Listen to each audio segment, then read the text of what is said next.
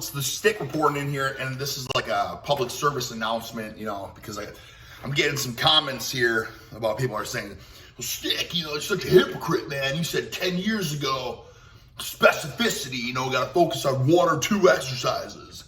And I did say that, but I also said 1 or 2 exercises, and then after you do those 1 or 2 exercises, to pick one exercise, hit a lot of volume. Anyways, it's not even the point, okay? People are cherry picking, okay? So let me just clarify a few things, because I can already see where this is going. Now that I'm saying 10 by 10, German volume training. I can't believe it, man. I can't believe it. What happened to one exercise? All right, well, all right, I made this, I even made some freaking notes here just so I can stay on track so we can keep this short and concise, okay? All right, first and foremost, where do we even begin here, okay? I made a video freaking 8 years ago or something like that, 6 years ago. I made so many videos, guys, so many videos, all right? And I recommended for newbies, all right? Best thing they could do was to pick a few exercises, focus on those suckers, get as strong as possible with them, all right? And I still stand by them because I think that the specificity is the best way to make the quick, rapid strength gains, okay? So if you got a newbie, right? And he's, pressing 95 pounds on the bench press, then if he focuses on just his bench and his squat, minimal focus on other stuff, just benching and squatting, then if he takes that 95 pound bench press and gets to, doubles it, 95 to 185 pounds or whatever, and he takes that 135 pound squat and he gets to 225 or something, then that specificity is probably going to be the most bang for his buck versus, tons of volume, dilly-dallying with a bunch of, accessory work that he's not going to get as much out of versus just the, benching and squatting, right? But, okay, with that being said, what are your goals? That's another thing too. What are your goals? For instance, when I was recommending the Bulgarian-esque specificity training, my goal was to get the strongest Jefferson deadlift, for instance. Therefore, I was doing Jefferson deadlifts almost every single day, right? Behind the back deadlifts, trap bar deadlifts, all that kind of stuff. My goal was to get as strong as possible with those lifts, which is why I was doing that. At this point in my career, those things don't pay the bills. I don't care about that stuff anymore. Therefore, my goal now is to get as jacked and stacked as possible, but I also have to be relatively strong, and I have to be relatively, cardiovascular-wise in shape. Therefore, doing lots of volume is probably the most bang for my buck now, right? But people can say, Sticky Ricky, you said that as a wrestler, the best thing to do was to focus on getting strong with deadlift variation or something. And I did say that, but that's also because you're doing so much volume in your wrestling practices. You know what I'm talking about? Wrestling practices, total body, volume through the wazoo. Therefore, if you just strictly focus on getting really strong with a compound lift, that's probably the best thing you can do because it's minimal time in the gym. It's minimal volume compounding on top of all your practice time. You know what I'm saying? Therefore, just focusing on getting a strong overhead press and a really strong deadlift is probably going to be the most bang for your buck in the gym because you're doing so much freaking exercise for practices and conditioning for practice and for that particular sport. Now, for me at the particular moment, I'm not doing that. So I'm not doing practice.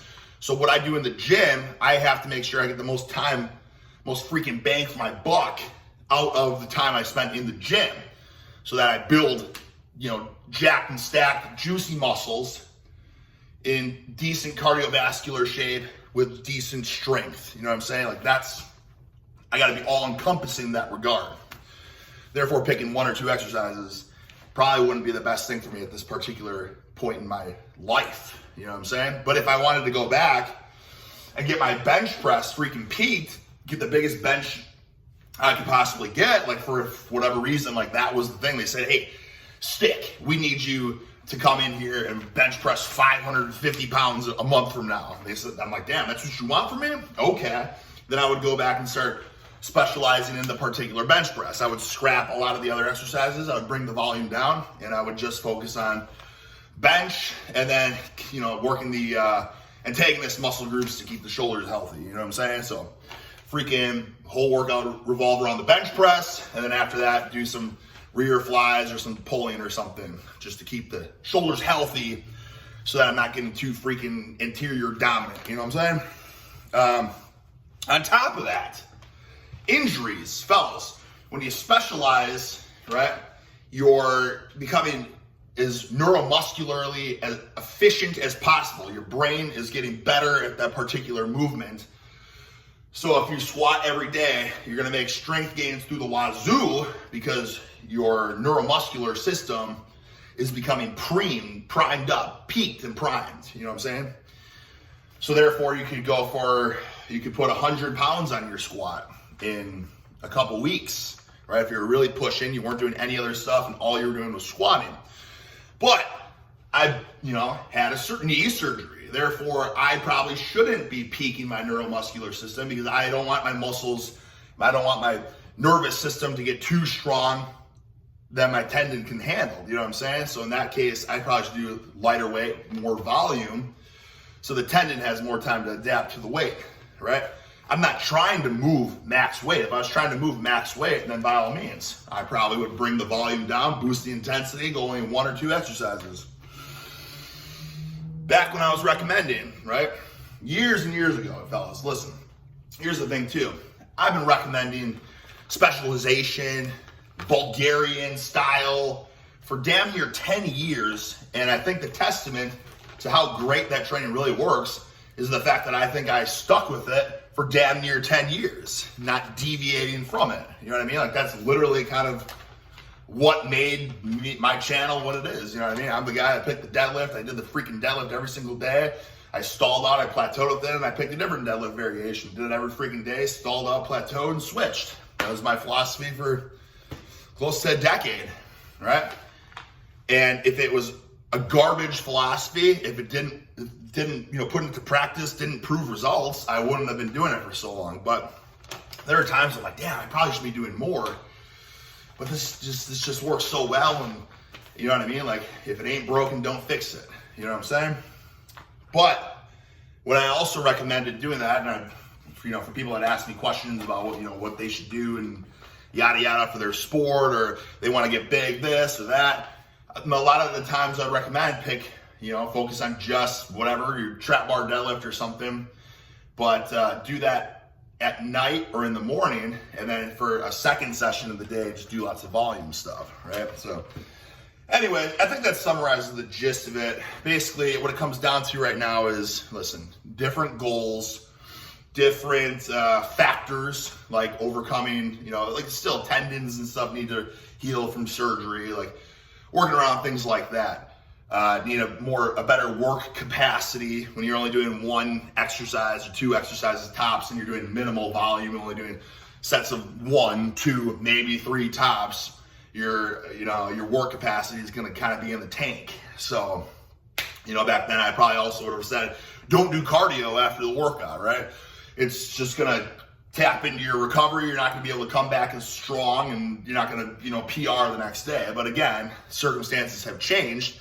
Is that saying that I'm telling you guys, you got to do it this way? That's stupid. Don't do that anymore. Now you got to train this way. No, of course not. There's no right or wrong way. There's just different methods to put to practice, and it really depends on what factors you have, like working around injuries. Are you in a sport? Are you playing? Or are you practicing, twice a day? Do you have to lift for your sport on top of anything else? Are you peaking for a particular lift? Do you only care about squat, bench, and deadlifts? Do you only care about bench press? Like, do you want to get bulbous muscles, or do you just care about strength, right? Do you want bulbous muscles and you care about strength? You know what I'm saying? There's so many factors that come into play, but basically this video had to be made to freaking put it to rest, because the past 3 videos or whatever, it's not a lot of you. A lot of you guys have, high IQs, you got lots of brain cells. You understand these things, but there's a few of you guys, like, man, I don't even know where, there's just some comments, like, So that obviously, like, I thought you only recommended one exercise. So I've seen that a couple times already. But then there's another one too, like, oh, you're only sore from the lat pull downs because you haven't been doing that, you idiot. It's like, bro, since I thought I was doing them, I didn't realize that I wasn't doing them. In my mind, I was at the gym and I've been doing lat pull downs, but you're telling me I haven't been doing lat pull downs. I guess it makes sense. Wow. So, you know what I mean? Like, you guys know better than me what I do with my life. So, anyways, with that being said, all right, I'm going to do some freaking juicy lat pull downs, all right?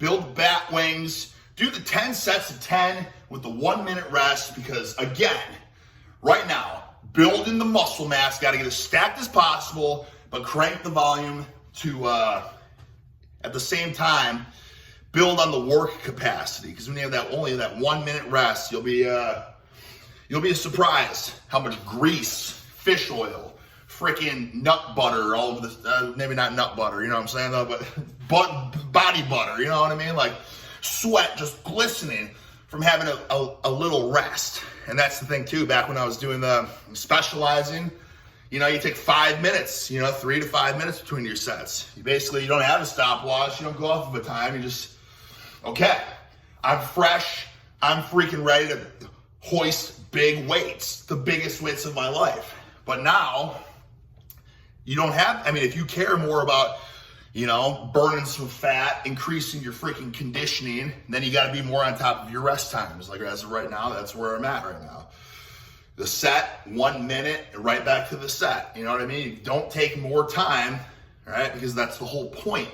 Working the muscles as they're not totally recovered yet. You know what I mean? That's what makes it difficult in the first place. It's like, most of you guys, you try doing 10 by 10 with 225 pounds on the squat.